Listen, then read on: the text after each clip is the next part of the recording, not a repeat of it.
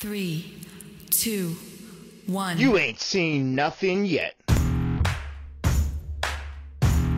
Hey, what's up, everybody? Welcome back to the Let's Dig In podcast. I'm your host, Chef Rich Rosendale, and I'm joined by my co-hosts, Christopher Ryloff and Rachel Barnett. And this week, we've got a great guest. He is a chef entrepreneur, a culinary educator, and also a history-making chef. He's the first African-American chef to pass the grueling certified master chef exam, Daryl Shular. Very inspiring person. We talked to him about what it's been like going through 2020 as an entrepreneur, how he's been shifting gears. You can tell from talking with him, he is all about making it happen, whatever it takes. Daryl is a super humble person, a good friend, and an inspiring chef and person. Before we get started with the show, I want to give a quick shout out and say thank you to our sponsors, Vitamix. Listen, I'm telling you, I know equipment. I'm a certified master chef, a professional. I know great equipment. And Vitamix makes the best blenders on the planet. I know this because they actually let me come into the factory and put one of the blenders together. One of the things I was most blown away with is the quality of all the little pieces that go into making one of their appliances. It is top-notch, impeccable quality, and attention to detail. So check out their website for their full range of appliances. They are the experts in blending technology, and it's just an incredible product.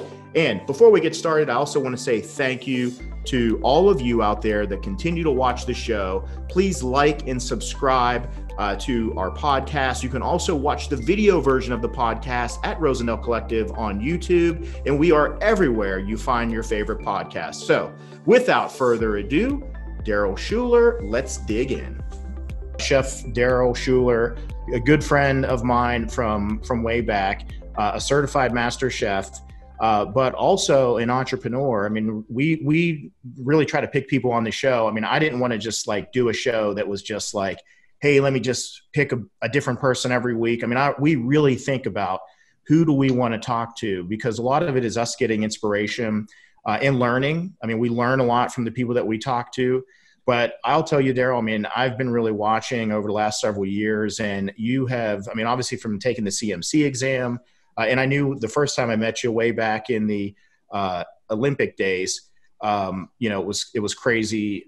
I knew you had that strong work ethic and all of that, but you really kind of kept that momentum up and really wanted to be able to have the opportunity to hear, what you're doing now and be able to have a conversation with you. So thanks for coming on the show. Thank you, Rich. Listen, it's a true honor to be here. We was coming up through the ACF and really pursuing our goals, especially for me. Coming from Central Florida, the only thing you wanted was inspiration, because, in a situation like that, you don't have a whole lot of people guiding you down the right road. And so I could have easily been a statistic. You think about it, single mom, no father around, poor education system down there. And then coming to a big city like Atlanta back in 1992 and just really diving into the hospitality industry, and to be here as a CMC, you got to give that up to people who have been inspirations. Chefs like you, a lot of chefs that I've been able to meet, just taking some of those attributes and applying it to myself, because I think it's so important that, when I go out and tell my story, I really want young men and women who came from situations like me to really see that there's other options out there, Rich.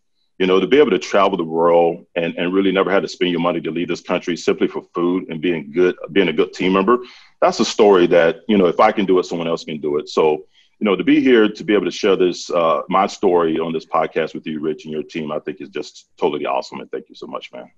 Absolutely. Absolutely. Well, you've always kind of had that, obviously you've had that work ethic, but you also there's something else that it takes. I mean, people may have the skills, but it also there's that drive. And I mean, I knew that from the first time that I've met you, but man, oh man, I mean, just in the last couple of years, I mean, I've been watching, checking out your website and the Institute, all these different initiatives.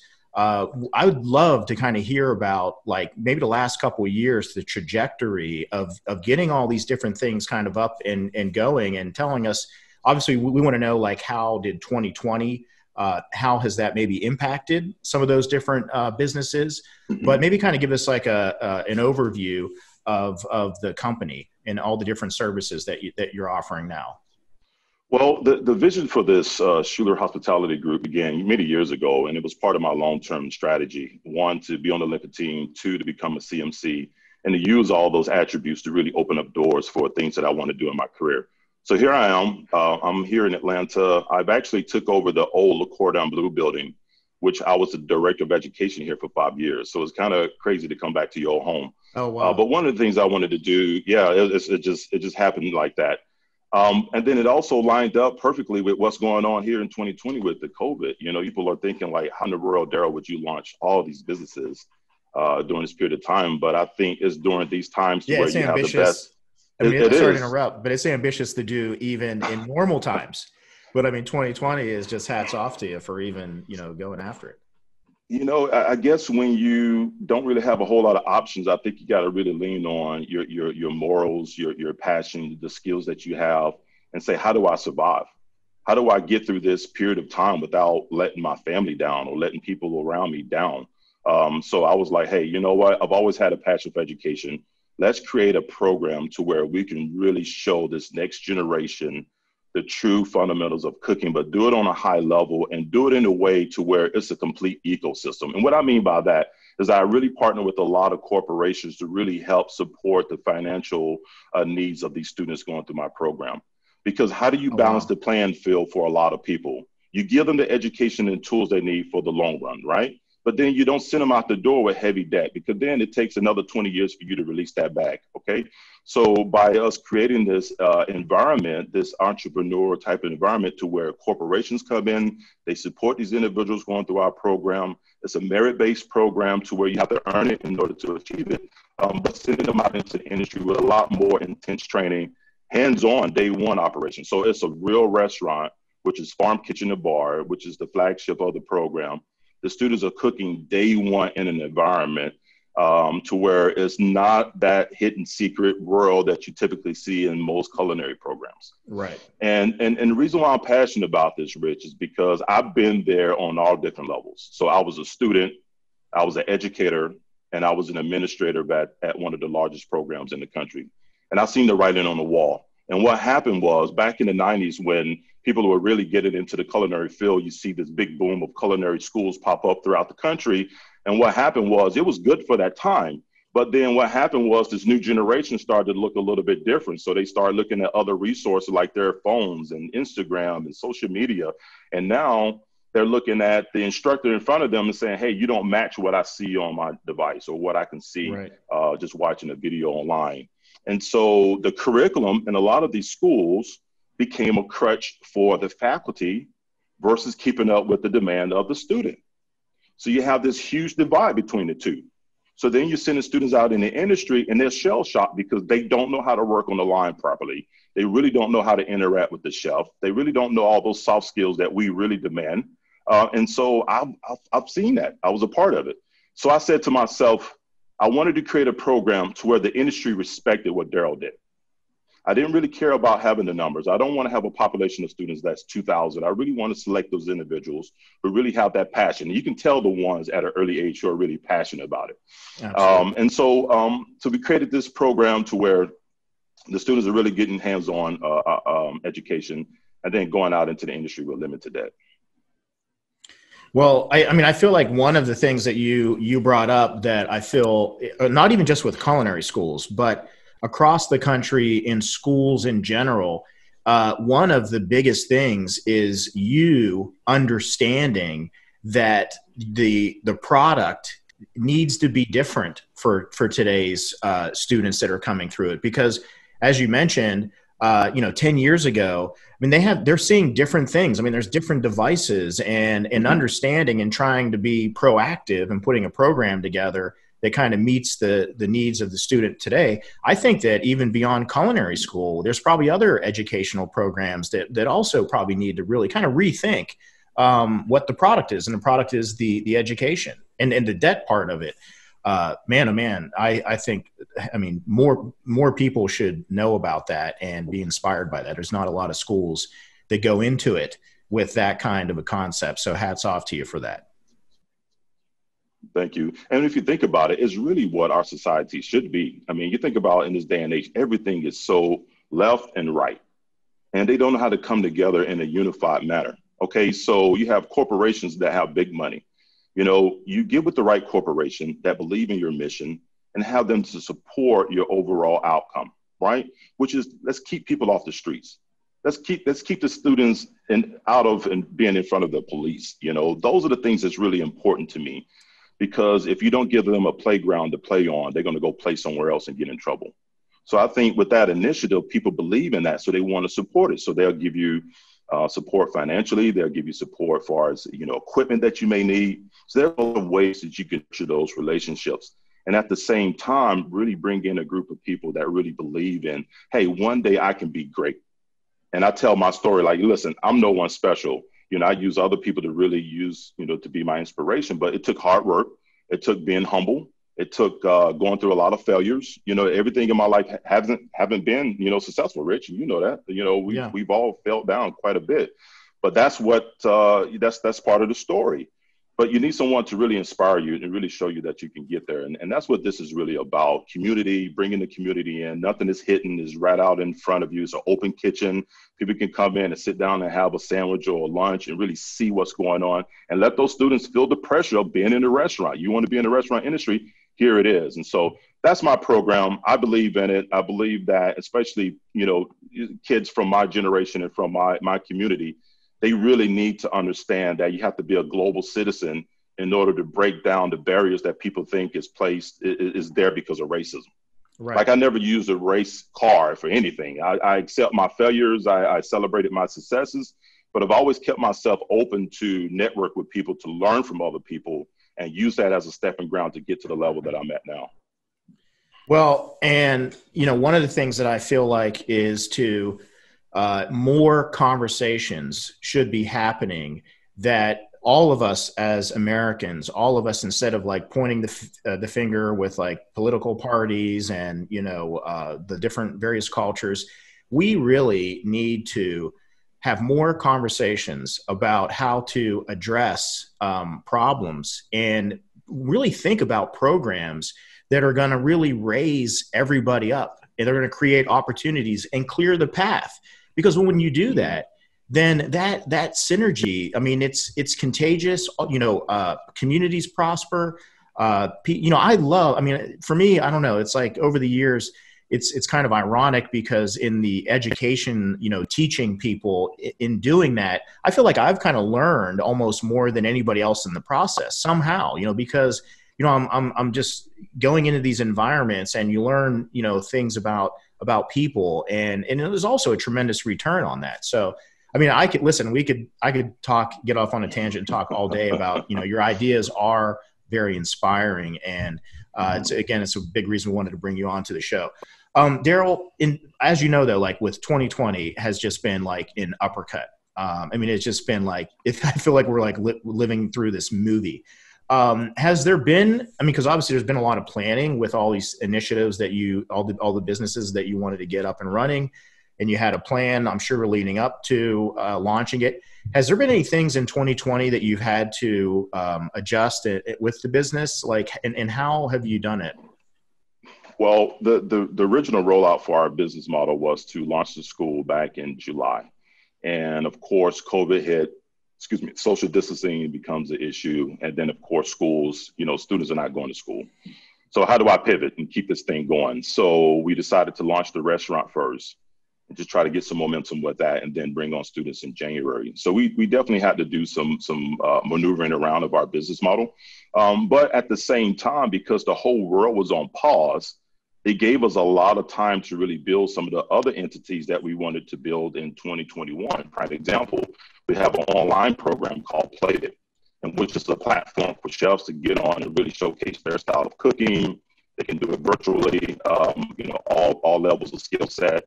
And so we was able to get that up and going. We have a whole entire team designated for that program. And then we also went ahead and built our catering company, which is called Earth First, which is really centered around sustainability and just really good cooking. And that's really important for me simply because, you know, being an African-American, I'm always looked upon because, you know, being the first minority to pass the CMC exam, I think it's important for me to show that our cuisine, which is considered soul food, Yes, it was grown out of innovation, but innovation stopped. And that's the reason why you see a lot of chefs around the country taking soul food and putting their spin to it, whether it's a little Italian, whether it's a little French or whatever. They infuse other culture to evolve soul food. And so what I'm doing is, and I go around and I'll tell this to whenever I do presentations, Rich, is that what would our food look like if African Americans or Africans or enslaved people came over as free ambassadors? What would we have on our tables? Would it be the food that was generated out of being slaves or whatnot, or would it be a little bit more robust? Would it be a little bit more influence from our native land? And so I really want to tell that story and really get people to start thinking more about Southern food, and that it doesn't have to be those 6 staples that are just laden with sugars and fats and things that are good, but are not good for you, especially with diabetes and heart disease running in our families. I think it's, for me, my mission to really show that it can be done. And that's the reason why I created a catering company called Earth First, because I want people to understand that nature provided us the majority of what we need for us to be good chefs. We just got to be stewards of it and do it the right way with proper fundamentals and really think about, the end result. And at the end of the result is good health and good nutrition. Awesome. Yeah, I was looking at some of the menus. I thought that they looked stellar, and you can definitely see the story. There's a lot of thought that goes into the food, and also just all the visuals with the recipes and everything like that is just terrific. So really good stuff. Hey guys, we are going to get right back to the conversation with Daryl Shular. I am enjoying it. But before we do, real quick, wanted to mention we're getting ready to open up the Residence Club, which is a brand new restaurant located 45 minutes south of Miami at a private club. It's a beautiful restaurant and retail area. But one of the appliances that we're really excited about is the Quiet One. It is a blender that is made by Vitamix that has the same performance that you know and love from Vitamix, but it has a sound enclosure around the blender. That means you can make frozen drinks and smoothies, you name it, and you're not going to have the loud noise that you normally would have with most blenders. So the same performance and quality and blending technology, but just much quieter. Okay. Let's get back to the show with Daryl Shular. Chef Chris here. I wanted to ask you about if you have to put, because of the pandemic too, if you have to put any of the project on hold. You just said about that you prefer to move forward with some of them before the other ones. So a little bit about that, if you can tell us how the pandemic was affecting any of your project, that would be great to know. Well, it slowed us down far as, opening up to the community, of course. But for me, I think as chefs and restaurant owners and people that are in the industry, I think innovation is what we do. I think you have to be innovative. Like, if you're not innovative, like, why are you in hospitality? Because every second you're innovating, you're changing your shift. I mean, I don't know, like, what shift you work on that you didn't have to pivot. So to look at this situation, then we had to strategize. That's the reason why you surround yourself with intelligent people smarter than you, so that we can look at how do we just get by day to day and really could continue our momentum. Because if other companies can do it, we can as well. And so I really don't understand why, some people are just like throwing in the towel, run away. And I get it. It's not my place to say that. But for us and our team, we wanted to be innovative, think about what we needed to do. So we spent a lot of time really negotiating and talking with a lot of our corporate partners and really painting a picture of what the future can be for the industry when it comes back. Now, how does that industry look like? We don't know, but someone has to be prepared for it. And so we know that we're going to need a workforce. We know that the future lies in those individuals who are not in the industry right now. So we have to have the gateway for our future. So we're out there with the high schools, we're educating instructors. We're really out there telling the story that the industry will bounce back. It has always bounced back. It may have changed, but it bounces back. And so don't be afraid of this industry. I wouldn't want to do anything else, pandemic or not. And so we're just trying to be positive with our message to kind of counter some of the stuff that you see on TV, that restaurants are the sources of the pandemic spread. We're sanitation people. We know how to wash our hands and wear gloves. I mean, that's what we do. So to really categorize the restaurant industry like that is a little tough. So we just did a lot of, promoting of the business, really making connections, networking with the local communities, here in Georgia and DeKalb County, it has the largest workforce base in the country. And it's 80% or 70% African-American and minority. So they didn't really have a whole lot of programs centered around culinary education.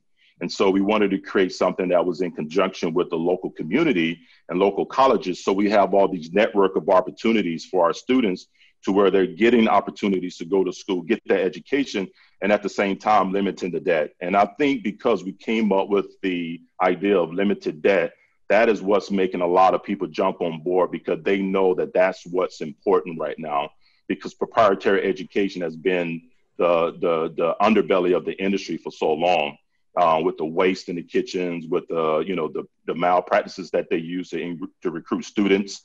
There was an article put out by Alton Brown, and he was saying that, look, when the Cordon Bleu shut down, it was just a puppy mill, and it just tore me up because I was director of education. I had a poster on every campus in North America, right? I was the face of it, and it really ate me up, but it was the truth. We were just pumping them out, and we have to really be honest with ourselves and really get back to doing education, especially with culinary arts and hospitality, the right way. So, we just use that time to just kind of really network and really continue to build our program. Yeah, that's great. And what you said about that, that kind of like you turn off fire every day, making solutions. It's like you said, what we do in our industry. I'm always saying that probably in every industry, there is some people like that, but especially in the culinary, that we are in the culinary, and I can talk from that standpoint. It is something that you have to do every day, and you have to reinvent yourself every day and see what's going on in the market every day. So I think that what you just said is great, and everything that you're doing for the community, it sounds amazing. I was reading about you for the podcast, and before that, whenever Rich mentioned you, I started to do research and everything, and I think everything, the information, just the hat that you have, the name on it.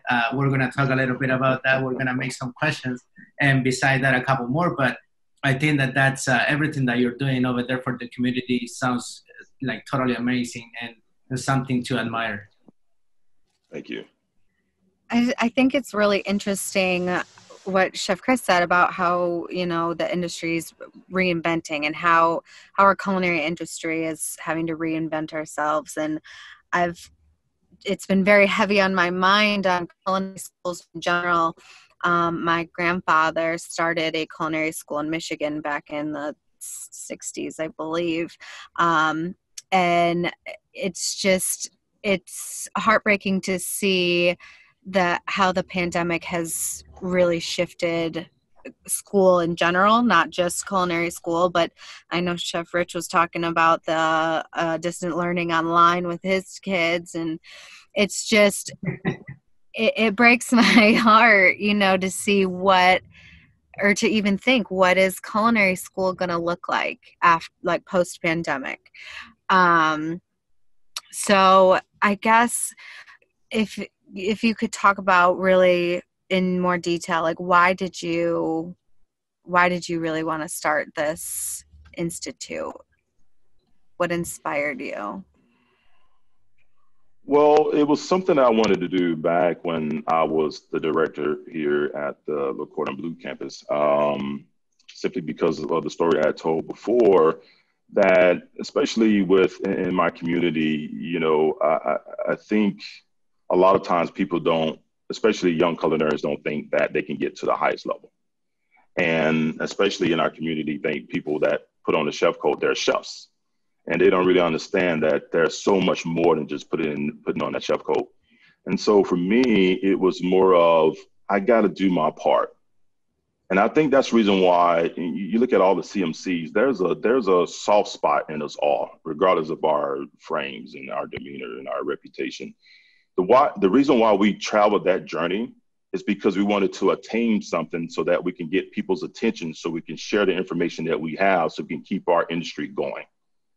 And I guess that's why I wanted to do this program, because the story behind Shular, and the reason why I put Shular Institute up there, is not to glorify my name. I hated the name growing up because I didn't grow up as Daryl Shular. I grew up as Daryl Robinson. But my legal last name, when I found out my legal last name was Shular, it made me depressed. And I hated it. It was my father's last name. He was never in my life. And so I just went through life as Daryl Shular, and then it just became something that people just started to say Daryl Shular, and it took on a reputation, and I'm proud of it. And that's the reason I put the name out there, because I think a lot of people have things in their lives that they're not proud of, but that can be used the right way. You know, that's the tools you need to get going. And so people need to hear that inspiring story. So it's not that I'm bragging about Daryl or Shular. You know, I didn't want it. It's something that I built. And so I think you can take the things in your life that is not, you know, pleasant and use them in the right way. But really, I just want to change lives through food. You know, I really just want to keep, you know, young men like myself off the streets. I just want them to understand that they can do great things in their lives. And they can just take their families to a whole nother level. Like I have a wife and 3 daughters, and I'm proud of the life that I've been able to give them. And I put them in a good position that if anything ever happened to me, they're taken care of for the rest of their lives. And that was always my goal. And I didn't have anything starting out. So I want to have a platform that people can come to and say, hey, you know what, let me go over to Shular spot, or maybe even go down to Rich spot down in downtown Atlanta or whatever, to kind of, you know, a place where I can continue to grow and develop as a culinarian.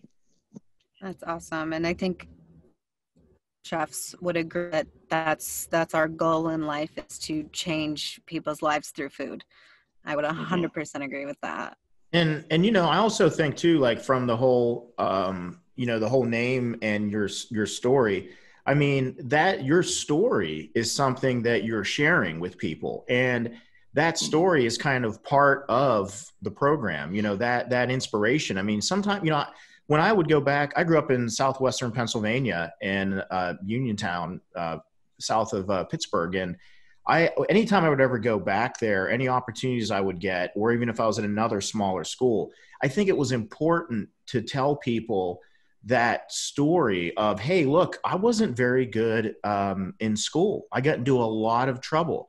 You know, I came from a, you know, broken home as well, like a lot of other kids. And a lot of people, you know, you always get introduced from your accolades and your successes. But I really feel like telling people the trials and tribulations on the way getting there is a really powerful thing. And you know, all these things that you're talking about, I feel like that is something that when people come to that school, you know, part of that story is also like what differentiates you from some other big culinary program. So I think it's wonderful. What about one of the things though about what the program I was curious about is, do you feel like in your years of teaching a curriculum, do you feel like there's aspects of training today and the next 10 years that you feel like these are some of the things that maybe we need to think about, the things that we teach students? I mean, are there aspects of different cuisines? You know, I mean, you know, you and I know, like, we were always like very much like, you know, classical French, and, you know, this is the only way that you can make puff pastry, and, you know, all these different things. But I mean, do you think it's like different cultures and cuisines, or do you think there's an entrepreneur or business aspect? I mean, like, what do you think are some of the things maybe that you envision to make your program different, that you want to kind of the way you want to steer it? Chef, sorry about that. Before you answer that question, just to complement it a little bit, at the same time, do you think that the schools, what they need to do right now that we are still living about, like the COVID situation, and what is going to happen after, like post-COVID situation? That's both of you guys have great questions. So what I created here is my program is built upon three fundamentals. Okay. One is solid technical abilities, because if you get the fundamentals in place, as you know, Rich, you can do pretty much anything once you know the background and the culture. Okay. What's missing is the business aspect, because a lot of students don't respect the amount of time they spend cutting that bell pepper that costs $7. Now, instead of it being $7, it's $14, and then you half-ass it anyway. Okay. So we want to make sure students come out a little bit more business savvy. And then the 3, they have to respect the science of food. They got to respect from the ground, the micro portions of the ground to the plate. They got to understand the whole entire supply chain. So every student that come into our program, they always are introduced those 3 fundamentals. But we also focus, we do a track. I built this program to kind of resemble how my career was built. So I spent a lot of time in the beginning honing my skills by doing a lot of banquets. So our intro program focuses on a lot of mass production, but it's centered around regional cuisine because students can relate to regional cuisine before you start introducing them to something in Latin America, which is a whole different culture, right? And then they go through that intro program, which is only 6 months. And then they can go into our Advanced One program, which is more centered around international cuisine. And the reason why I did it this way, because I think you need to have more than just 1 day studying Latin American cuisine. In some schools, you touch it for 1 day and then you move on to Scandinavian. And like, what did you learn? Nothing. In order for you to master those cuisines, you got to understand the people. So I don't have instructors teaching those classes. I have people from those countries teaching those classes. Wow. So I reached out to the local consulates. And so we're working together to supply the international portion of that program into our program. So now our students are being global citizens from the base here in the Shular Institute. And then our final program is where we take students and really teach them how to be entrepreneurs, business-minded, teaching them how to create a business plan, and teaching them how to really learn from chefs. Like our students study chefs, like our students going to study Rich and his mindset and what he creates and his style of food. Thomas Keller, all the great chefs in America, you need to understand and study the chefs versus studying just different cuisines. And I think that's what I feel is needed to get you from being a novice as a cook to mastering your craft. Because there's a lot of people that have mastered the art of cooking. We just decided to go and take the Master Chef exam to prove it. And so I really want our students to really understand all of that. And I'm taking this approach that is a little bit more raw because I want to be able to adapt my curriculum each and every year. So we have one start in January, we end in December. We spend the holiday season doing, curriculum development. Faculty goes on sabbatical. Then we come back in the beginning of the year with a revised curriculum. Now, I always want to keep our program fresh. I always want to keep our program at the cutting edge of culinary arts, because when you think about Johns Hopkins University or Emory University, all of those are educational institutes that is at the forefront of their industry. So why can't culinary be at the forefront of our industry, the latest technique, the latest modern trend, and really keep up with that momentum? So our students are always in tune with what's going on out in the industry. And to kind of continue on this, we've also created our classroom to be in different locations, meaning that our partnership with our beef supplier, we're going to their cut shop to see how things are done. Or I have like 20 different farmers around the area that we're going there to learn how, they plant their crops and how they harvest their crops and then bring that product back to the school to use it and be able to feature it here in our restaurant. So I really thought about this to really go outside the box of typical culinary education. And a lot of people may look at it and say, I don't know, but I think you got to walk on the edge in order to get some growth, to really see what can be done. And that's where we are right now. I'm proud about what we've created. There hasn't been a person that we pitched our program to that didn't understand where we was coming from, because it took the mystique out of culinary education and it made it transparent. So there's no hidden agenda here. I think that's great that you're taking them to the farms to see how the crops are being planted. I think that's so important. I think that's something different and unique as part of your institute that you don't see in other culinary schools, at least not that I'm aware of. And I think that is really, really something special. Well, yeah. And, you see how fragile the whole restaurant ecosystem, the hospitality ecosystem really was in 2020. I mean, it took, obviously the pandemic is a major occurrence, but really restaurants, even when times are good, are very difficult businesses to manage. I mean, you're dealing with a perishable product and you got narrow margins. So I think, what I really like that you're saying is really kind of getting the students to kind of walk on the edge a little bit and to kind of think differently. And sometimes you don't always know exactly where that's going to lead, but the main thing is you're going forward instead of just trying to say, well, we're just going to do the status quo, what everybody's always done. I mean, I love that. I love that about all the things that you've been doing. I feel like taking that into the into the culinary training is really like we owe that to the people that we are training, like the next generation of cooks. Like we can't just say, hey, do this because this is what we've been doing for the next 20 years. And also, I mean, sometimes I get kind of frustrated with people you know that you're going to look on social media and people sometimes are going to say stuff that is maybe negative, and it's like they get pissed off because you're doing something that is different or whatever. There's always those jealousy aspects with people, but I mean, to me, it's almost like you got to really kind of think about, from a young person coming up in the culinary industry, you can't get mad at them because maybe they're doing things differently. I mean, they've grown up differently. I mean, look at like technology in the last several years. I mean, you can't get mad at somebody for embracing technology. I mean, we would have done it. We were walking around with like flip phones and all that stuff when it first came out. I mean, but it's great. I love the energy and the direction that you're taking it. And I think you've got so much runway ahead of the program. Thank you, Rich. I wanted to just to add a little bit about what you just said and say it again. That what you said and Rachel mentioned it about keep like learning from different kind of cuisine.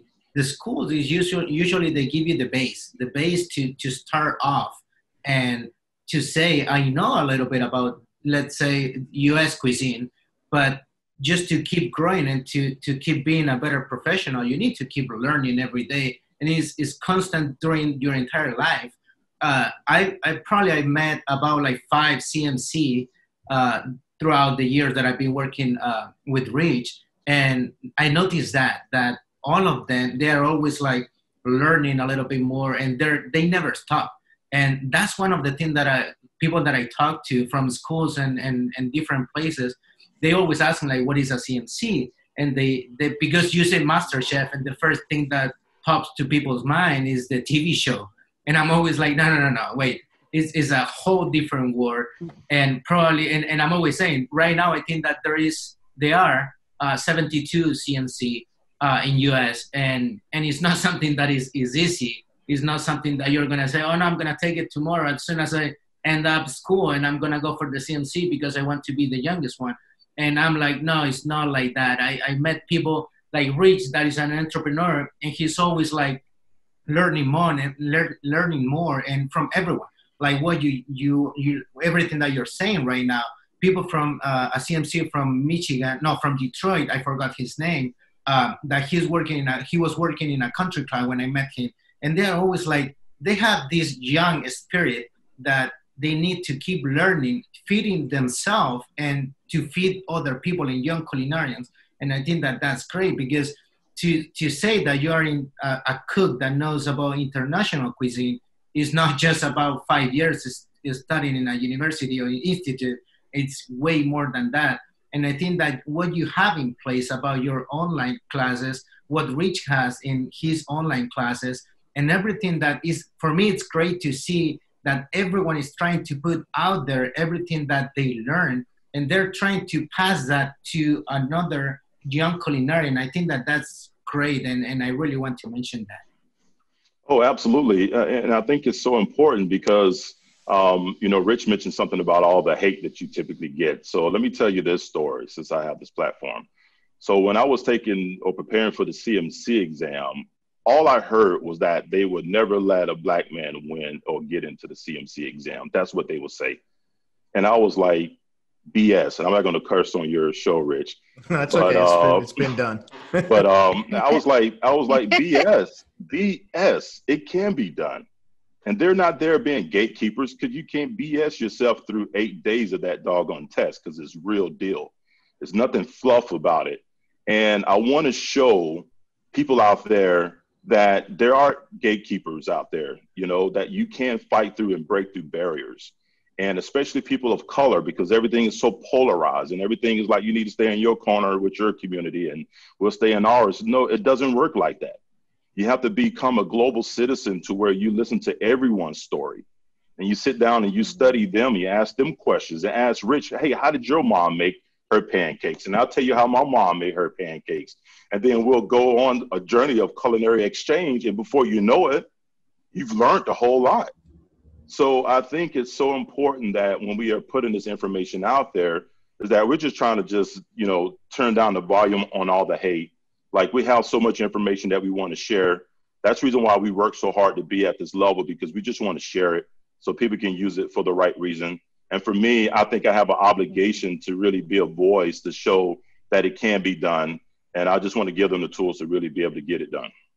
Well, and I've always gravitated toward attitudes like that, because there's always going to be people out there from all over the world, from all over the internet, that are always going to get their psychological jollies off of maybe tearing something down or something negative about somebody. But I mean, what you're doing it's a noble thing. It's a noble thing to be giving back and contributing and sharing your knowledge. I mean, we're not holding things back. And I think that there's a ripple effect. And actually, from a selfish standpoint, it's like we do get something back from that. I was telling the story from one of my mentors, Peter Timmons, who had passed away. And here I am echoing lessons, things that he's taught me, that he shared with me. So he almost kind of like continued to live on through the people that he inspired. So I think that it's always the better route to take the high road and to say, you know what? I mean, like you said, you're like, I'm going to take that exam. And you know what? When you go and you take that exam, there is nowhere to hide. I mean, you put yourself out there, and that alone, even going and doing that, intimidates a lot of people. Right. I mean, it just does. So, I think it's a very good thing to not be held back by all the naysayers, because there's always going to be so many of them everywhere you go. As far as the menu with the restaurant, are there any items that you feel like are kind of signature ones, or any of the ones that you kind of put on that are like your favorite ones to cook, or it's like, man, this is the one, or the one that you always do with the students? Like, what are some favorite aspects of the menu? Well, just things that are passionate to me. I love braising. So, I have a short rib, actually it's a braised chuck flat meat that I use on my menu. And the reason why I love it, because my mother used to make it all the time. Oh, really? She would wake up every Saturday and make a full meal. Now, when I grew up, you had like one item for dinner. And when I say one item, it was like okra. And then on Tuesday, you'll have greens. And that's just how it was. So that was always something that, kind of kept me connected to my roots. My mother passed away a couple of years ago. So, I always try to put something like that on the menu. And plus, it kind of tells the story of the origins of cooking, because, it was really, either it was over flame or in a pot or vessel, one pot cooking. So you collect all those nutrients and all those vegetables and all those flavor profiles and the tenderness of the meat and stuff. That's always a way to really show the essence of cooking through. For me, I like braising, and like sous vide. That's one of the things that you do a lot, Rich. So I do all kinds of things. It's hard to say one thing in particular. We try to change the menu as often as possible, because we really want to make sure that we are being innovative, but at the same time, really showcasing those fundamentals, because that's the most important thing, is making sure that the students understand proper cooking techniques, respecting the food, and just being as innovative as possible. Is there any cuisines or any different cultures right now that, in the last couple of years, I mean, like South American has gotten really popular. I mean, is there any, or do you kind of really truly kind of consider it to be more globally influenced? What are probably some of the regions around the world, or are there any, or is it more American? Well, that's a good question, Rich. I think over the years, from just, competing and just striving to be a CMC, that I became skilled in pretty much all of it, just studying it all. Then recently I started to identify myself as a chef and what Daryl likes to do. And so that's where, it goes back to that story I was telling earlier, is to really elevate or to expand upon Southern cuisine or soul food. Okay. I grew up in Florida, so I have a little bit of that Caribbean flair in there as well. So that Caribbean style. which I love seafood, but I grew up in Central Florida, so we ate a lot of freshwater fish. I remember as a little kid, the man would drive around in our neighborhood with buckets of fish like mullet and catfish, and me and my brother would go back on the picnic table and gut the fish with all the cats in the neighborhood standing around. So some of those are my stories there. But I'm really digging deep into identifying my roots, Rich.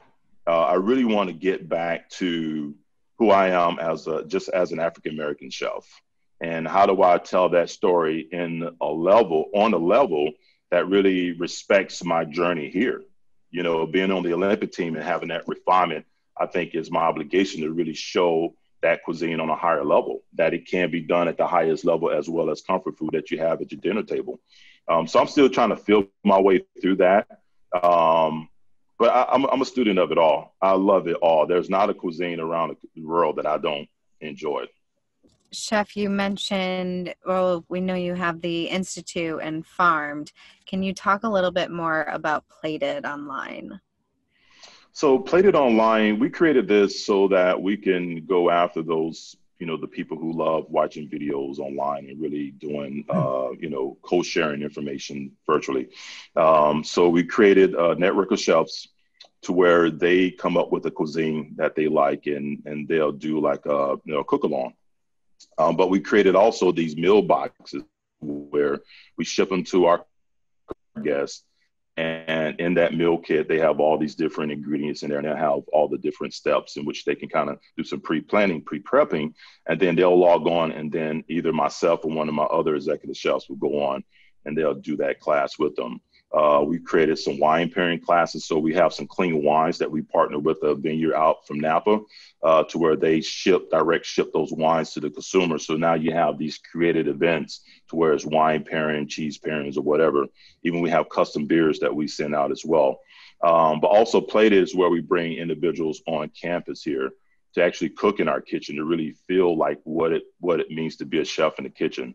So we have, classes from like chocolate to, sugar pulling or, grilling outside, just, all kinds of fun platforms for the enthusiasts. And that's what Plated is all about, is just getting the community in, the novice, the food lovers, the people who think they're chefs, but they're not chefs, but they love the grill, giving them a platform to really showcase, and then also showcasing chefs as well. I really think that will, I'm guessing through the pandemic, has that like kicked off even more? It took off like fire. So we are doing classes with a lot of local restaurant groups. So they see our platform because they trust that my creative team is going to go in and really do an event that's going to be customized for them. And that's really what people want, customized events that is unique, because right now everybody's doing the same. So if you got something that's really unique, then that's going to draw the attention. So we really work close with their marketing team to create something that is fun, unique, to help promote their business, because they're looking for ways to get the word out about their restaurant. How do we survive? How do we get more marketing? So that's what we do. We market the different restaurants, the different chefs, people who wrote books. How do we get that word out as well? We're working a lot with the local high schools. So we partner with the state of Georgia and the Department of Labor to where we created like an apprenticeship program to where a lot of these kids are getting those core fundamentals in school. And we're using that as a stepping stone to get into our apprenticeship program. And half of that program is virtual. So we have a local college that would give them like a dual enrollment to where those credit hours can transfer into the school, not only that school, but Shular Institute as well. So we really worked out a lot of opportunities so that from high school all the way to the novice can have a platform to just stay engaged in the industry. That's great. It sounds like the future. Quick just trying to do my part, Chef, quick question about it really surprised me that, and it took my attention that you highlighted the ED in the restaurant and for the online. What is that about? I'm glad you recognize that. That means my marketing works. Well, I just want people to always understand that it's education. Oh, okay. So even with the farm ED, Plated ED, there's always, it's not just cooking. We're going to make sure you walk away understanding why, how, and when you should cook that. Give people information, and I think if you do that, then you capture them. It's just not them eating food and leaving. If you can let them walk away understanding that this dish is from this place and this is what I've learned, they're going to go talk about it when they go home. Right. And then they're going to remember you when that next time when they want to come back to your facility again. So I think for me, I think survival in this industry and carving out our piece of the pie is making sure that anyone that is involved with any of the Daryl Shular Hospitality Group ventures learn something from their experience. That's great, and I never thought about that. I was trying to figure it out. What was the E? What it stands for? And now that you said it, I mean it's great. And yeah, I noticed that you highlighted in different colors and sometime in caps whenever you were in some articles and things like that. And talking about that too, what and why did you decide to follow the culinary path? What was your motivation and probably the piece to say, like, I need to go for this career? Beautiful story. So when in high school, I was really good at basketball. I was like one of the top players in the state, and I thought I was going to have a career in basketball. So I came to Atlanta in '92, and I remember watching the Braves play baseball, and it was that one year. There you go, the basketball. Yes. And I saw this commercial about culinary arts, right? And it was something about this commercial, I kid you not, it had to be from God because something said, that's what I want to do. The gentleman walked into this dining room of people and everyone just stood up and started clapping for him. And I don't know, it was my ego talking that I want people clapping for me, but it was just something about that said, I want to do that. And I remember going down to the school, and I didn't have any resources. I didn't have any money. I just went down there to talk to the enrollment counselor, and I was able to enroll in school. And from that point on, it was history. And what's really special about this story here, guys, is that 20 years to the year, I had my own national commercial with that same school. And that's what's really special about it. And I tell young people, like, if you can find your passion early on in life, maximize the hell out of it. Like, grind it out as much as you can. Use your youth to your advantage. Travel the world, network with people, learn from people, fail as much as you want, but get up and keep running, because that's for me, I think that's the secret. It's like doing it while you're young so that you can reap the rewards as you're older, but going back to the sport thing, culinary is a sport. And that's what a lot of people don't understand. It is a sport because you have to work as a team. You got to maneuver as a team. You got people, coaches, chefs guiding you and getting you going. And the more you work at something, the better you become. So the more free throws I shot, the better I become. And the more times I'm working on my knife skills, the better I become. And so I look at my institute as a playground or a field or a basketball court.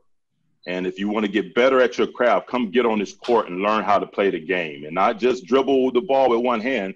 Get in there and play the game, get roughed up, learn how it feels to be in the kitchen, and you can really see the reward early on in your career. So that's a great point with the sport thing. I like that. Yeah. And I would say also, now that you said that, I mean, it's totally true that the kitchen is, you got to work as a team. You don't have a whole team. Probably you're not going to get as far as you can get with a whole team. And talking about teams, what did inspire you to be like always involved in competitions? I guess that sport thing, just something about when I was growing up in Florida as a young kid, I was 10 years old playing against 20-year-old men. And they didn't care how small you are or you were, they just beat you up. If you're going to play, you got to play with them. And that competition piece is important because in order for you to survive in this industry, you got to be competitive. You got to be competitive with the people that's on the line with you, because that's really where you get your development from, is the person on that saute station that's smoking you on the line. Keep up with them. And then as a restaurant owner, business owner, you got to look at your competitors, and they don't have to be nasty, but you got to see what they're doing and say, hey, I need to keep up. I need to evolve as well. So I think if you're not competitive minded, you're going to be left behind. And as a competitor, you always got to innovate. I remember going down to Jacksonville for a competition. I'm leaving Atlanta. I'm the last one to cook at this convention center in Jacksonville. And they didn't tell me that I have to do my meal on butane burners. So I'm not going to sit there and cry about it or pitch a fit. I said, okay, Daryl, let's get on it. Let's cook this shit. Let's go. And I did my thing and I won. So you got to be a competitor. And I think having that experience of being on a competition team and having the experience to work with Chef Rich back in the day, which I was like in awe of, because I remember my first time working on the Olympic team in Westchester. Me and Matarazzo was doing their prep for the national team. And I was just honored just to like clean up his tools or sweep the floor. I was just so honored just to be on that Olympic team. And so anyone that's out there, you don't have to be on the Olympic team or anything like that, but I think you got to have a competitive heart in order to really be successful in this industry. Right. One last question for me, I guess, would be what do you find most gratifying through education and teaching? What's gratifying is seeing someone that you inspired years ago and seeing where they are today, because it really shows that planting that seed and going back and reaping that reward. I think that's true legacy there. Matter of fact, I had a young man who is the executive chef at one of the largest facilities here in Atlanta, the Cobb Galleria Energy Center. Mm-hmm. He's the executive chef there, and he was a student of mine back in the day. So he came by and we were just talking, and he was telling me some of the things that I told him that still stuck with him today. And it was humbling because I don't even remember it, but it made a difference in this guy's life. Yeah. So I think inspiration and carrying yourself in a way where people can say, I never met that guy before, but I damn sure want to be like that guy. Mm-hmm. That makes a huge difference in people's lives. Because if it's not you, it's going to be some criminal that they're going to see as an idol, and they're going to find themselves in a different situation. So for me, what's gratifying is just seeing people really take the information that you gave them and just run with it, and that's all we want. If I give it to you, go run with it. Just don't let it sit off to the side and you don't do anything with it. Right.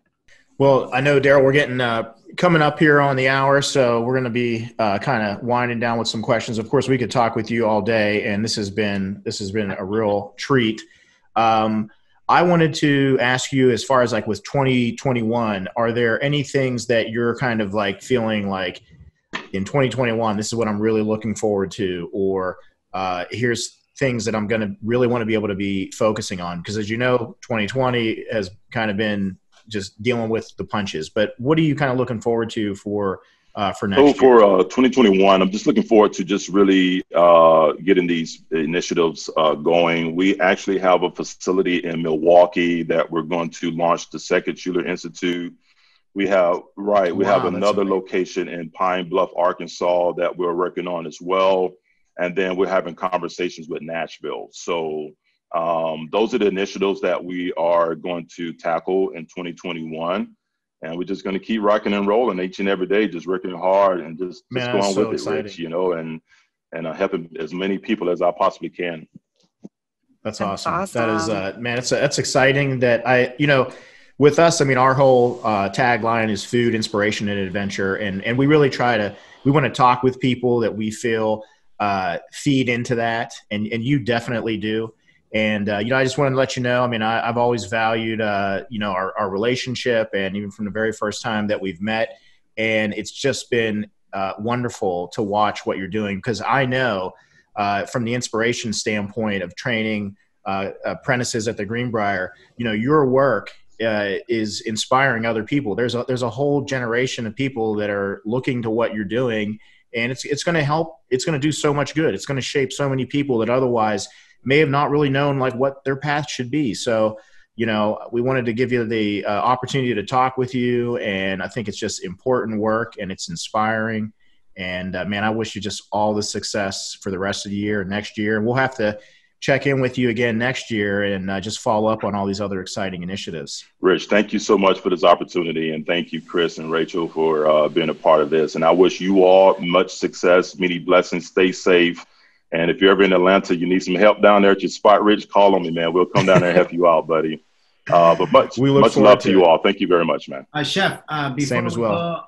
If you can mention where people can find you or where people can reach out to you in case they're looking for the classes, or they want to go and work for you or something like that. If you can mention all of that, Twitter, Instagram, whatever you prefer to get in touch.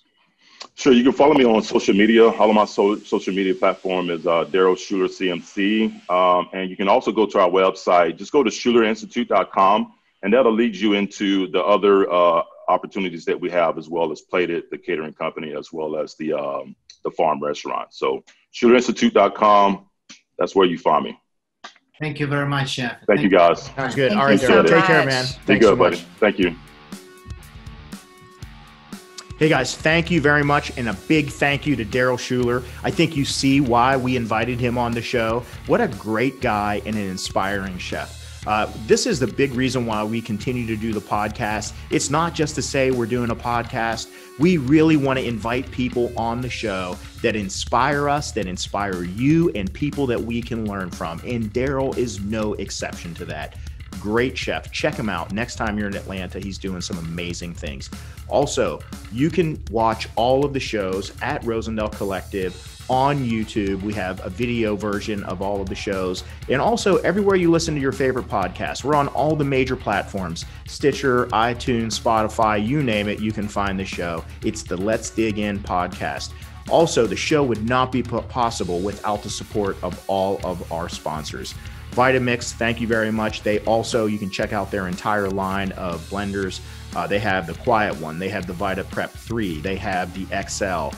Whatever you need for your blending, they have the blender to fit and fill your needs. Also, thank you to the ISVA, the International Sous Vide Association. These guys they're involved with everybody that is the who's who of sous vide. If you like cooking sous vide and you want to learn more about sous vide, check out the ISVA, check out their website. They also do an outstanding summit every year, and they're really a great organization. Also, thank you to Verlasso Salmon. Verlasso raises sustainable salmon out of Chile, South America. Incredible product, buttery, flaky, delicious, firm texture. And that's what we use in our restaurants. It's what we use for our catering events, you name it. It's great salmon, Verlasso Salmon. Also, thank you to Henkelman. Henkelman makes some cutting edge vacuum sealers. They're really considered to be more of a multi-vac. They can do more things than just a traditional vacuum sealer. So if you're cooking sous vide and you want a vacuum sealer that can do more, that can really have multi-uses, check out their vacuum sealers. They're an incredible product. Also, thank you to Kohmee. Kohmee.com, Kohmee, is cutting edge recipe and menu management software. That's what we use for our restaurants and all of our businesses to manage all of our recipes so that our entire team is always on the same page. And most of all, thank all of you for continuing to support what we do. We love you, and we couldn't do the show without you. So next week, we have another great guest, and we will see you. Stay safe. Thank you all for watching.